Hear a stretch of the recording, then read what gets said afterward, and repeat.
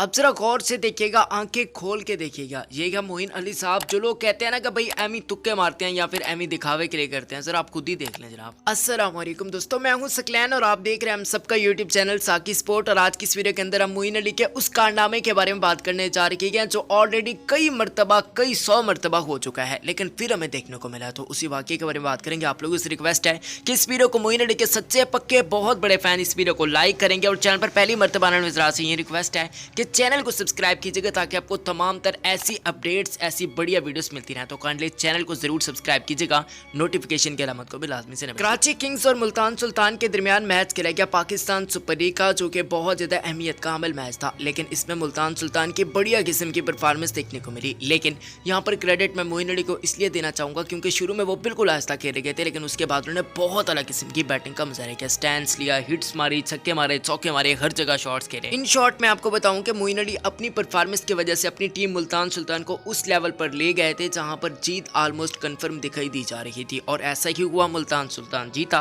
लेकिन अब ये तो आप लोग को पता ही होगा कि जब कोई बंदा बहुत अच्छी बैटिंग का मुजाहरा करता है या फिर बहुत अच्छी बॉलिंग का मुजाहरा करता है तो उससे इनिंग्स के इख्तिताम पर या फिर इनिंग्स के बीच में ही इंटरव्यू लिया जाता है। छोटा सा थोड़ा बहुत होता है, तो उसमें मोइन अली साहब का लिया गया इंटरव्यू। और लेने वाली जो साहिबजादी थी ना, जो बहुत बड़ी शख्सियत है, ज़ैनब अब्बास, जिनको हम मतलब के मॉडर्न दिन का बहुत मतलब के पाकिस्तान का नाम रोशन करेगी या ये करेगी या वो करेगी या, लेकिन ठीक है वो कर रही होंगी, लेकिन ऐसा नहीं होता। ये इस्लामी मुल्क है, ऐसे मुल्क का नाम रोशन नहीं होता।